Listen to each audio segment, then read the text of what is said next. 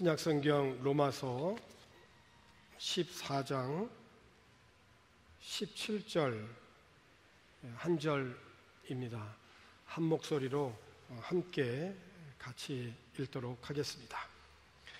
하나님의 나라는 먹는 것과 마시는 것이 아니요 오직 성령 안에 있는 의와 평강과 희락이라. 아멘. 하나의 나라가 세워지려면 세 가지 요소가 있어야 된다고 했죠. 땅이 있어야 하고, 또 사람이 있어야 하고, 또 주인된 그런 권리, 주권이 있어야 한다고 했습니다. 이스라엘 백성들이 애굽에서 430년 노예로 살았습니다. 그러나 그들은 애굽에서 노예로 살아가야 할 자들이 아니라 하나님이 약속하여 주신 그 언약의 땅에서 하나님을 경외하고 하나님의 나라를 세우며 살아가야 할 백성들입니다. 그래서 하나님께서는 모세를 선택하시고 그를 통하여서 이스라엘 백성들을 출애굽하게 하셔서 40년의 광야 학교에서 훈련케 하신 후에 약속의 땅에 들어가게 하셨죠. 그러나 하나님께서는 이스라엘 백성들이 어떠한 사람인지를 너무도 잘 아셨습니다. 그들이 약속의 땅에 정착을 하고 적응을 하게 되어지면 주변의 국가들처럼 눈에 보이는 왕을 세워서 하나님이 다스리시는 신정의 정치가 아닌 사람이 세운 왕정의 정치를 그들은 원할 것이다 라고 하는 것을 하나님은 아셨죠. 그래서 하나님께서는 이스라엘 백성들이 약속의 땅에 들어가기 전에 모세를 통하여서 이렇게 말씀을 하셨습니다. 신명기 17장 14절부터 17절까지에 있는 말씀을 보게 되면 14절에 내가 내 하나님 여호와께서 내게 주시는 땅에 이르러 그 땅을 차지하고 거주할 때에 만일 우리도 우리 주위의 모든 민족들 같이 우리 위에 왕을 세워야 하겠다는 생각이 나거든. 자, 15절 반드시 내 하나님 여호와께서 택하신 자를 내 위에 왕으로 세울 것이며 내 위에 왕을 세우려면 내 형제 중에서 한 사람을 할 것이요 내 형제가 아닌 타국인을 내 위에 세우지 말 것이며. 자, 그리고 16절부터 하지 말아야 될 것에 대해서 소개를 하고 있습니다. 16절 그는 병마를 많이 두지 말 것이며 병마를 많이 얻으려고 그 백성을 애굽으로 돌아가게 하지 말 것이니 이는 여호와께서 너희에게 이르시기를 너희가 이후에는 그 길로 다시 돌아가지 말 것이라 하셨음이며 17절에 그에게 아내를 많이 두어 그의 마음이 미혹되게 하지 말 것이며 자기를 위하여 은금을 많이 쌓지 말 것이니라.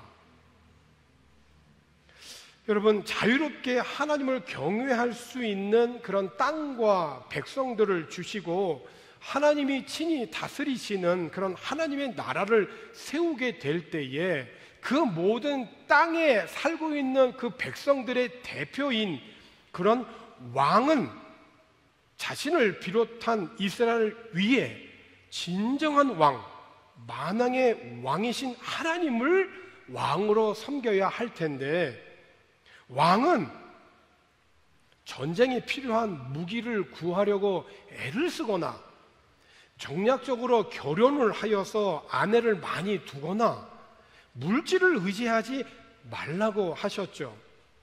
왜 그렇습니까?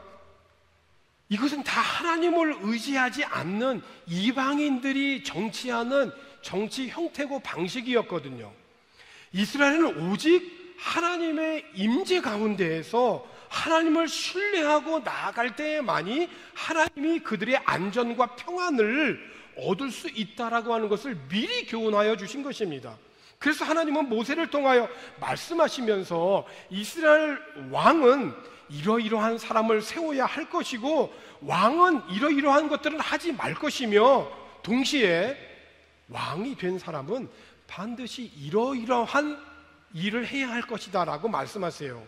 계속해서 신명기 17장 18절과 19절 20절에 있는 말씀을 보게 되면 18절에 그가 왕위에 오르거든 이 율법서의 등사본을 레위 사람 제사장 앞에서 책에 기록하여 19절에 평생에 자기 옆에 두고 읽어 그의 하나님 여호와 경외하기를 배우며 이 율법의 모든 말과 이 규례를 지켜 행할 것이라. 그러니까 왕이 나라를 다스릴 때 그 통치의 중심은 하나님의 말씀이어야 되고, 그 하나님의 말씀을 눈에 보이는 가까운 곳에 옆에 항상 두라는 겁니다. 그리고 하나님을 경외하는 것은 배워야 되는 것이라는 거예요. 하나님 경외하기를 왕이라 할지라도 말씀을 통하여 배우고, 그래서 어떻게 나라를 다스리고 섬겨야 할지를 말씀을 통해서 배우라는 것입니다. 그리고 그 말씀을 지켜 행하게 되면 하나님은 20절에 약속을 주셨어요. 이렇게 하면 20절 이런 약속을 주시고 이 나라를 견고하게 세우실 거라는 거예요. 20절은 이렇습니다. 그리하면, 이렇게 너가 지키면 그의 마음이 그의 형제의 위에, 첫 번째, 교만하지 않을 거라는 거예요. 여러분, 넘어짐의 앞잡이 최고가 뭡니까? 교만이었거든요. 그런데 하나님의 말씀을 옆에 두고 하나님 경외하기를 배우고, 그리고 그 말씀을 지켜 행하게 되면 너는 결코 교만하지 않게 될 것이다. 두 번째는 이 명령에서 떠나서 좌로나 우로나 치우치지 아니할 거다. 균형 있는 삶을 살게 될 것이다. 그리고 이스라엘 중에서 그와 그의 자손이 왕위에 있는 날이 장구하리라. 이 약속을 주신 거예요. 하나님의 이와 같은 경고와 약속의 말씀에도 이스라엘의 역사는 대부분 이 말씀에 순종하지 않는 왕들로 인하여서 왕 자신뿐만 아니라 가정과 그리고 민족의 공동체까지도 무너지고 말았죠. 물론 당연히 나라가 망하니까 그 나라 안에 있는 성전도 다 무너지고 말았던 거죠. 그래서 하나님은 말씀도 듣지도 않고 지켜 행하지도 않는 왕을 비롯한 모든 이스라엘 백성들을 사랑하셨기 때문에 징계하심으로 이웃 강대국을 도구 삼아서 다시 강대국의 노예로 살게 하신 거죠. 그렇습니다. 이스라엘의 역사가 주는 교훈은 분명합니다. 백성들 위에 왕이 만왕의 왕이신 하나님을 경외하며 섬기면 나라를 부강하게 하여 주실 뿐만 아니라 백성들의 모든 삶의 질도 풍요로울 것을 약속하여 주셨죠. 이런 면에서 우리들이 한 나라의 지도자, 한 가정의 아비, 한 공동체의 지도자를 위하여서 기도하는 것은 매우 중요한 거예요. 이스라엘은 그들의 행복을 위하여서 세워진 그런 하나님의 그 말씀을 외면했습니다. 그 결과 그들은 땅도 사람도 주권도 빼앗기고 나라를 잃어버리고 수천 년을 아주 비참하게 흩어져 살았을 수밖에 없었던 거죠. 사랑하는 성도 여러분, 하나님의 백성들이 불신앙으로 말미암아 그들의 주권을 이웃 강대국에 빼앗긴 것처럼 신약 시대를 거쳐 성령의 시대에 살고 있는 우리들 각자와 가정, 그리고 하나님의 계속되는 말씀과 경고를 외면하고 하나님에게 마음을 두지 아니하고 살아가게 되면 어느 날 호련히 하나님께서는 우리들에게 주신 행복을 거두어 가신다는 겁니다. 마태복음 12장 43절을 보면 이렇습니다. 더러운 귀신이 사람에게서 나갔을 때에 물 없는 곳으로 다니며 쉬기를 구하되 쉴 곳을 얻지 못하고. 여러분, 귀신은 사탄이 부리는 종입니다. 영적인 존재예요. 눈에 보이지는 않습니다. 그런데 이 귀신이 어디에 지금 거하고 있냐면 사람의 마음속에 거하고 있다는 거예요. 사람 안에 있습니다. 그런데 이 귀신이 사람에게서 나갔다가 쉴 곳을 얻지 못하고 자기가 거하였던 이전의 사람에게로 다시 돌아가고자 했는데 들어가려고 하니까 그 사람이 깨끗해진 거예요. 그러니까 귀신은 깨끗해진 그곳을 들어갈 수가 없는 거죠. 한마디로 말하면 귀신은 더러운 영이에요. 질서가 없습니다. 하나님이 세우신 질서를 흐트리는 거예요. 그 어두운 역사 뒤에는 반드시 사탄의 역사가 있는 거예요. 하나님이 세우신 순리를 사탄은 인간의 정욕을 이용하고 그리고 욕심에 사로잡히게 하여서 사람들을 영리로 바꾸어 버려요. 순리를 영리로 바꾸어 버리죠. 온갖 죄악의 이 많은 열매들은 바로 배후에 사탄이 조종을 하고 있는 겁니다. 그러니까 사람에게서 떠났던 이 귀신이 거할 곳을 찾지 못해서 이전에 거하였던 그 사람에게로 다시 와보니까 깨끗하여 들어갈 수 없게 되자 귀신이 어떻게 합니까? 포기하죠? 그렇지 않습니다. 결코 포기하지 않습니다. 어떻게 합니까? 44절과 이어지는 45절을 보면 44절에 이렇습니다. 이에 이르되 내가 나온 내 집으로 돌아가리라. 집으로 돌아가겠다는 거예요. 내 집으로. 와 보니 그 집이 비고 청소되고 수리되었거늘 이 45절에 이에 가서 저보다 더 악한 귀신 7을 데리고 들어가서 거하니 그 사람의 나중 형편이 전보다 더욱 심하게 되느니라. 그러니까 귀신 하나의 힘으로 되지 아니하니까 자기보다 더 악한 귀신 7을 데리고 와서 연합하여 그 사람에게로 들어가게 된 것입니다. 그러니까 귀신도 연합 전선을 피우는 거죠. 귀신 7이 하나 돼서 이전에 사람을 공격하였더니 그 사람의 나중 형편이 어떻게 되었냐면 이전의 형편보다 더 악하게 더 심하게 되었다는 거예요. 그렇습니다. 귀신이 나간 이 마음을 비어있는 채로 그냥 두게 되어지면 나갔던 귀신이 더 심각한 공격을 다시 해올 겁니다. 나쁜 것을 제거하는 것 이상의 대책을 세우라는 얘기죠. 그 대책이 뭘까요? 평생에 하나님의 말씀을 옆에 두고 읽고 지켜 행하는 것입니다. 날마다 그리스도의 말씀에 귀를 기울이고 삶 가운데서 그 하나님이 주시는 그 말씀의 능력을 누리고 그리스도와 함께할 영원한 미래를 소망하며 살아가는 것입니다. 그렇게 하지 아니하면 다시 더러움에 얽매이게 되고 더 비참한 형편이 남게 되어지는 거예요.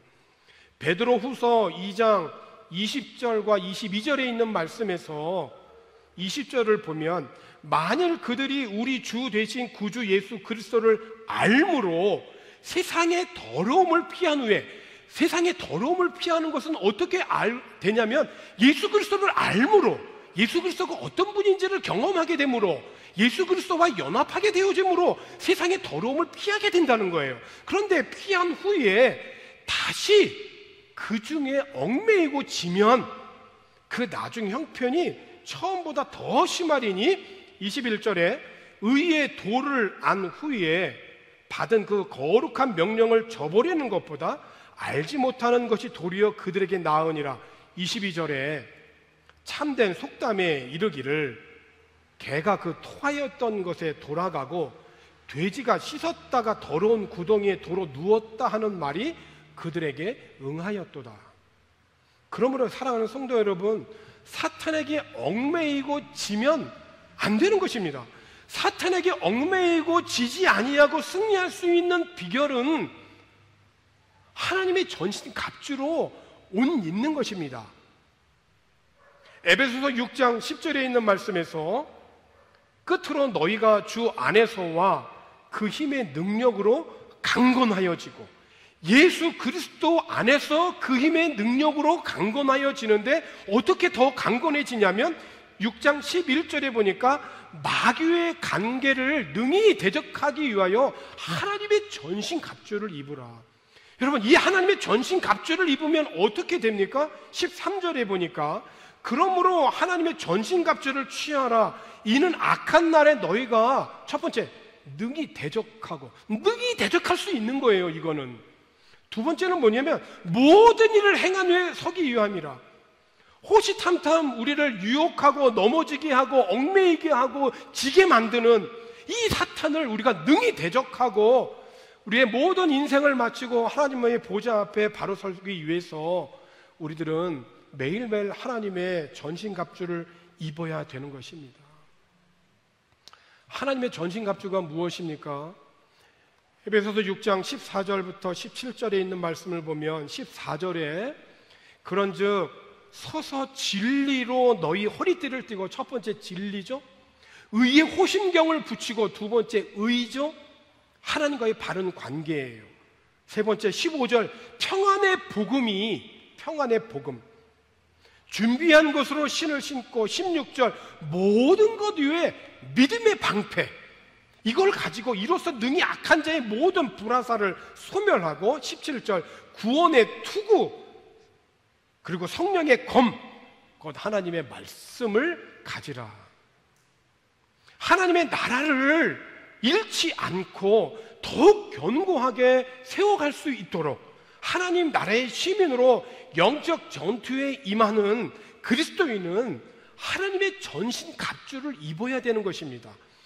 진리, 의로움, 평화의 복음, 믿음, 구원, 그리고 하나님의 말씀, 이 모든 것 위에 더하여질 것 하나, 성령 안에서 하나님 앞에 기도하는 것입니다. 이러한 것들로 우리가 무장하면서 항상 깨어있지 아니하면 지금도 배가 고파서 먹이를 찾아서 우는 사자처럼 사탄에게 먹힐 수 있는 것입니다. 그래서 오늘 우리들의 삶은 영적인 전쟁인 거죠. 여러분, 이 말씀과 함께 자신을 한번 돌아보십시오. 하나님이 주신 영적인 무기들로 지금 나의 삶은 지금 무장되어 있는가? 이렇게 하나님의 그 전신 갑주를 입은 사람들이 하나님 나라의 합당한 시민이라는 것입니다. 반대로 하나님 나라에 합당치 않는 자들이 있어요. 지금도 하나님의 다스림을 받지 못할 뿐만 아니라 앞으로도 영원한 하나님의 나라에 들어가지 못하는 자들이 있다는 것이죠. 고린도전서 6장 9절부터 10절까지 보면 9절에 불의한 자가 하나님의 나라를 유업으로 받지 못할 줄을 알지 못하느냐, 미혹을 받지 말라. 음행하는 자나 우상 숭배하는 자나 간음하는 자나 탐색하는 자나 남색하는 자나, 10절 도적이나 탐욕을 부리는 자나 술 취하는 자나 모욕하는 자나 속여 빼앗은 자들은 하나님의 나라를 유업으로 받지 못하리라. 여러분, 이 말씀을 처음으로 받은 그 수신자는 고린도 교회입니다. 고린도 교회 성도들이에요. 이 말씀을 처음으로 사도 바울을 통해서 받았어요. 그런데 고린도 교회가 하나님의 전신갑주를 입지 못하고 성령의 지혜로 충만하고 영적으로 성숙했더라면 소송을 비롯한 여러 가지 문제에 휩싸이지 않았을 거예요. 그런데 교회 안에 불륜, 간음, 우상숭배가 서서히 침투해 왔고 성적인 범죄에도 깊이 연루되어 있었기 때문에 그들의 영적인 삶은 둔하고 빈약할 수밖에 없었다는 거예요. 오늘 우리들도 마찬가지입니다. 이러한 죄악들이 우리들에게 숨어 있다면 영적인 영향력을 발휘하지 못할 뿐만 아니라 하나님의 유업, 나라의 유업을 받지 못하게 되는 거예요. 고린도전서 6장 11절에 있는 말씀을 계속해서 보면 너희 중에 이와 같은 자들이 있더니, 하나님의 나라를 유업으로 받지 못하는 그런 자들이 있었는데 주 예수 그리스도의 이름과 우리 하나님의 성령 안에서 씻음과 거룩함과 의롭다 하심을 받았느니라. 여러분, 너희 중에 이와 같은 자들이 있다라고 하는 얘기는 뭐냐면, 다시 말하면 너희들이 삶의 모든 영역에서 너희들의 마음을 하나님에게 두지 않았다는 거예요. 그래서 사람을 대할 때도 사랑의 존재가 아니라 자기 필요의 존재로 이용하였다는 거예요. 그래서 사람을 이용하고 악용을 했다는 거죠. 또 하나님이 허락하신 소중한 이 성을 자신의 탐욕으로 오용을 한 겁니다. 그리고 땅을 이용해 먹으면서 땅과 거기에 있는 모든 것을 착취하고 남용한 거예요. 하나님이 주신 선한 것을 오용하고 남용하고 악용하고, 그래서 하나님이 세우신 순리를 영리로 바꿔버린 것들이죠. 그래서 하나님 나라의 시민이 될 자격이 없어서 그렇게 저주받은 그런 살아갈 수밖에 없는 자들인데, 예수님과 성령으로 말미암아 깨끗해져서 새로운 출발을 하게 되었다는 거예요. 그러니까 이전에는 더러운 영에 사로잡혀 살던 자였지만 예수님과 성령으로 말미암아 새롭게 되어져서 새로운 출발을 할 수 있었다는 거예요. 그래서 사도 바울은 고린도전서 7장에 있는 말씀의 결론의 부분에 가서 이렇게 권면하였죠. 고린도전서 7장 19절과 20절에 너희 몸은 너희가 하나님께로부터 받은 바 너희 가운데 계신 성령의 전인 줄을 알지 못하느냐. 너희는 너희 자신의 것이 아니라 20절에 보면 값으로 산 것이 되었으니 그런즉 너희 몸으로 하나님께 영광을 돌리라. 믿으면 아멘 하십시다. 네. 저와 여러분은 하나님께서 값으로 사신 소중한 존재요 몸입니다. 다시 한번 정리하고자 합니다. 누가 하나님 나라에 합당한 시민입니까? 비록 과거에는 하나님께 마음을 두며 살지 않아서 간음과 우상숭배와 온갖 악한 일의 주인이 되어서 살았던 자들이라 할지라도 예수 그리스도와 성령 안에서 새롭게 된 자들은 하나님 나라에 합당한 자들이라는 것입니다. 그러므로 하나님 나라의 시민답게 살아야 하는 것입니다. 그 큰 원칙이 뭡니까? 모든 것의 주인은 하나님이심을 인정하고 신뢰하며 살아가는 것입니다. 내가 내 몸인 것 같아도 이 몸의 주인은, 내 삶의 주인은 하나님이시다. 이것이 하나님 나라의 큰 원칙이라는 것이에요. 하나님이 그래서 다스리시고 통치하시는 삶, 그것이 하나님 나라인 것이죠. 나의 몸 안에서 나의 몸을 통해 사람들이 하나님을 볼 수 있게 하는 것입니다. 그렇게 하나님을 나의 주인으로 모시고 살아가는 사람들은 오늘 우리가 함께 읽은 짧은 구절의 말씀이지만 오늘 본문에 있는 말씀처럼 성령 안에 있는 의와 평강과 희락의 삶을 살게 되는 하나님의 나라로 살아가게 되어지는 것입니다. 그렇습니다. 성령을 따라 살아가는 삶이 곧 하나님의 나라요 그리스도의 나라인 것입니다. 오늘 저와 여러분이 하나님의 전신갑주로 옷 입고 무장하여 성령을 따라 살아가심으로 하나님의 나라를 이루어 살아가는 존귀한 주의 백성들이 되기를 주님의 이름으로 축원합니다. 기도하십시다. 하나님의 전신갑주로 영적인 옷을 입고 오직 성령 안에서 의와 평강과 희락을 추구하는 하나님 나라 공동체를 구현해 가게 인도하여 주옵소서. 오늘 내 삶의 주인이 하나님이심을 믿음으로 선포하고 예수 그리스도의 이름으로 모든 어두움을 물리치며 하나님의 성령의 능력 안에 있는 그 예수 그리스도의 권세로 삶의 모든 영역에서 하나님의 나라를 이루며 살아가는 하늘 은총이 충만하도록 인도하여 주옵소서. 감사를 드리고 예수님의 이름으로 기도하옵나이다. 아멘.